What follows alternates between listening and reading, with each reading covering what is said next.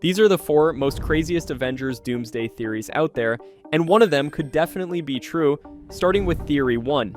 Doctor Doom becomes God Emperor Doom by killing the Council of Kangs. In the comics, Doctor Doom's transformation into a god isn't subtle. It's violent, calculated, and unstoppable. During the Secret Wars 2015 storyline, Doom kills the Beyonder, beings who operate outside time, space, and reason. Creatures who laugh in the face of Thanos and shrug off Infinity Stones. Doom doesn't just defeat them. He rips their power straight from the source and forges a new reality in his own image. That's how we got Battleworld. That's how he became God Emperor Doom. But there's a catch. The MCU hasn't introduced the Beyonders. There's been no mention of them, no hints, no seeds planted, not even in Loki or Multiverse of Madness. And with Avengers Doomsday rapidly approaching, there's simply not enough time to pull them in without derailing the narrative, so Marvel might be swapping them out. And this is where things get interesting. The theory is this: instead of the Beyonder, the MCU's Doctor Doom will kill the Council of Kangs. Not just one Kang, the entire council. The same group introduced in the Quantumania post-credits scene, made up of variants from across the multiverse, all with god-level tech, endless knowledge of timelines, and connections to the TVA. These aren't mortals, these are walking paradoxes, timeline tyrants, and reality manipulators. And Doom, he's gonna wipe them all out. Why? Because in doing so, he absorbs their greatest strength, multiversal control. Think about it. The Council of Kangs is the one faction that understands how to weaponize time. They already triggered a multiversal war once. Their tech can locate variants, collapse timelines, and bend reality. If Doom takes that knowledge and repurposes it, he won't just be powerful, he'll be untouchable. But there's more. According to leaks and behind-the-scenes confirmations, Avengers Doomsday will feature scenes inside the TVA. That's where this theory becomes unavoidable.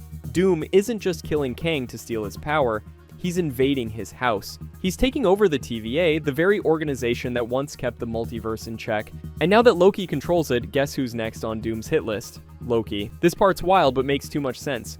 Loki is now the spine of the multiverse, literally holding its branches together. If Doom takes the Kang Council's tech, accesses the TVA, and finds Loki, removing him is the final step in becoming the MCU's equivalent of a god. The new Beyonder, the new timeline architect, and remember what Kevin Feige said? They always knew Kang wasn't the endgame. Doom was coming. Marvel even changed the title of the film from Kang Dynasty to Doomsday. That's not branding. That's a narrative pivot. It means Kang doesn't survive long enough to reach the climax. His dynasty ends before it begins, and Doom hijacks the multiverse from inside the TVA's back door. What this really means is that Doomsday won't be about the Avengers reacting to Kang's empire. It'll be about Doom eliminating Kang entirely and forcing the Avengers to face a threat they don't even understand. Doom isn't building an army, he's building a kingdom. So if Doom really does take out the Kangs and hijack their multiversal tech, the next question is, what's he gonna do with all that power? Because Doom doesn't conquer like Thanos. He doesn't just kill and move on. He rewrites stories, identities, entire realities, and Marvel might have already told us exactly how, in the form of 3 innocent-looking children's books. That's where Theory 2 kicks in, and it's way more revealing than anyone realized. Theory 2. Franklin Richards' books secretly reveal the plot of Doomsday. At first glance, it feels like a throwaway detail. In the Fantastic Four First Steps post-credits scene, we see Franklin Richards sitting quietly, reading a few classic children's books. It's subtle. No flashy reveal, no explosions. But here's the catch. Marvel doesn't do anything by accident, and the 3 books Franklin is reading might have just spoiled the entire plot of Avengers Doomsday. Let's start with the first one, The Very Hungry Caterpillar by Eric Carle. A simple story about growth, transformation, a tiny creature who consumes everything around it until it evolves into something no one saw coming, a butterfly. Sounds cute, right? But in context, this is Franklin Richards we're talking about. In the comics, Franklin isn't just a gifted child. He's a cosmic anomaly, a kid who can literally create universes out of nothing. He's rewritten reality, built entire timelines. In Hickman's Secret Wars, he helps his dad rebuild the multiverse with his bare hands. So seeing Franklin read about a caterpillar turning into something magnificent isn't just symbolic, it's prophetic. He's going to change. He has to. Because someone like Doom is going to force that evolution early. Then there's the second book. This one's not so subtle, On the Origin of Species by Charles Darwin. Yeah, that Darwin, the father of natural selection. The entire book is about one brutal truth. Only the fittest survive. This is where things get dark. Because if Franklin represents transformation, then this book is telling us the cost of that transformation.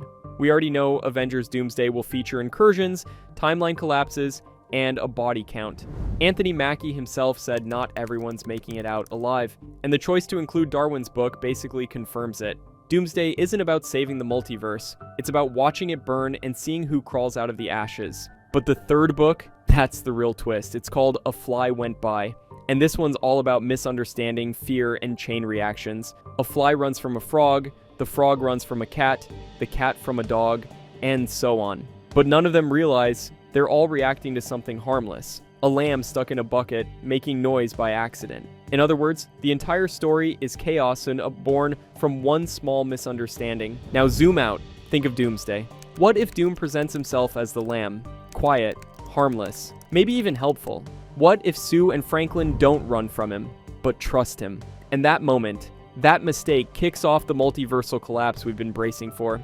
Because Doom doesn't need to swing a weapon to destroy worlds. All he has to do is earn your trust. This fits with how Marvel's painting Doom, not as a tyrant, but as a manipulator. Someone who moves quietly. Someone who sets traps across timelines. And someone who might already be setting Franklin up to become the ultimate cosmic tool. So if Doom's already pulling strings behind the scenes, and Franklin is unknowingly the key to the multiverse, the next question is, what about his mother? Because the real power move isn't stealing Franklin, it's rewriting his family.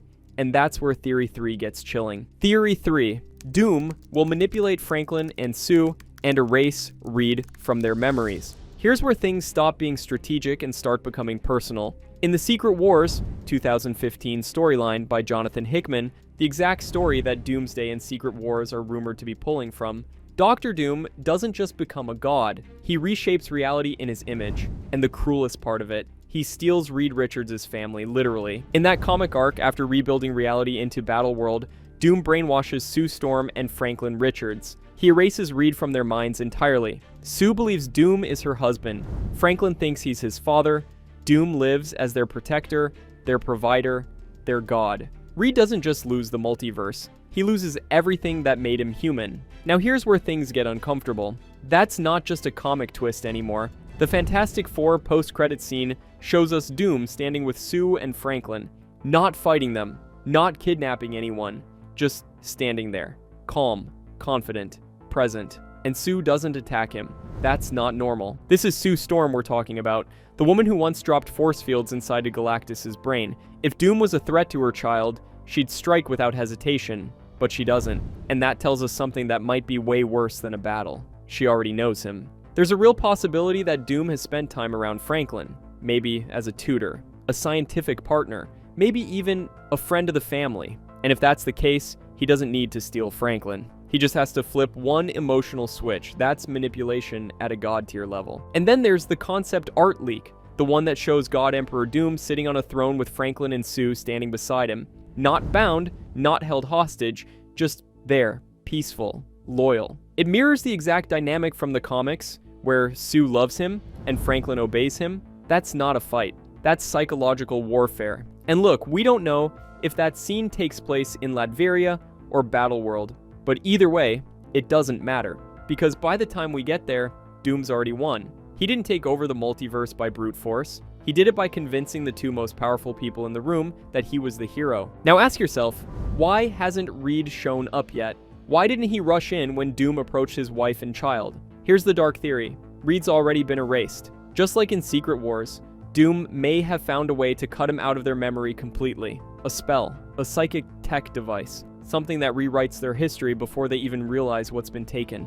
And what's even more twisted, they might be happier this way, at least at first, because Doom gives them peace, protection, purpose. He doesn't yell, he doesn't doubt, he just provides. And if Sue and Franklin buy into that fantasy long enough, there might not be anything left to save. Moving on to Theory 4, Doom is already in 616 and the Fantastic Four are chasing him. This theory changes everything. We've been assuming that Avengers Doomsday would be the moment Doom invades Earth 616, the big arrival, the grand reveal. But what if he's already there? Here's what we know. In the Thunderbolts post-credits scene, we see a massive multiversal ship pierce through a dimensional rift and enter Earth 616. But it's not Kang's ship. It's not a villain's invasion, it's the Fantastic Four. And the theory is this: that ship is a search vessel. built by Reed Richards, Ben Grimm, and Johnny Storm, designed specifically to track someone across the multiverse. That someone is Doom. Because in Fantastic Four First Steps, we're told 4 years have passed since the team fought Galactus. 4 years of technological upgrades. 4 years of Reed pushing the limits of dimensional travel. We even saw Reed experimenting with the bridge tech, the same technology that lets them jump between universes. And now, that tech is real. But it's not just about chasing Franklin, it's about retrieving him from a universe that was never supposed to have them. Earth 616. This is the main MCU timeline. And up until now, we've never had a native Fantastic Four in it. That's been a glaring hole. No Baxter Building, no Reed, no Doom. But what if that was intentional? What if this entire time, Doom has been hiding there? And now, after years of planning, he's brought Franklin and Sue with him? A universe with no Reed Richards to interfere? No rival intellect, no father figure? It's the perfect place to rewrite reality from scratch. Even worse, there's comic precedent for this. In Secret Wars, Doom takes Sue and Franklin into Battleworld, erases their memories of Reed, and raises them as his own. The MCU might be doing the same thing, but with a twist. Instead of Battleworld being the destination, it's 616. And that changes the stakes of Doomsday completely. Because if Doom is already embedded in this universe, walking freely, manipulating events, reshaping the future, then Avengers Doomsday doesn't start with a multiversal invasion. It starts with the Avengers realizing they've already been infiltrated. It explains why Sue didn't react violently when she saw Doom, why he stood calmly beside Franklin, why he didn't teleport away or attack, because he wasn't the intruder in that moment. They were. Now look closer at the details. In First Steps, Latveria is mentioned as an existing nation, a kingdom. We even see hints of it during the Future Foundation scenes. That means Doom already has territory in the MCU, political standing, maybe even a following. And if you cross-reference the leaked concept art, the throne room, Sue and Franklin at his side, the almost regal posture of Doom, it lines up more with a ruling monarch than a cosmic outlaw. He's not invading anymore, he's reigning. And the Fantastic Four, they're not the first ones here. They're late, which is why the ship we saw in Thunderbolts wasn't a warship. It was a rescue mission. Reed's trying to get his family back, but he's no longer fighting a rival scientist. He's fighting a god who already stole everything he loves and convinced them they were never his to begin with. That's not a war. That's a tragedy. And if the Avengers get caught in the middle of that, then Doomsday isn't the title of the movie. It's a warning.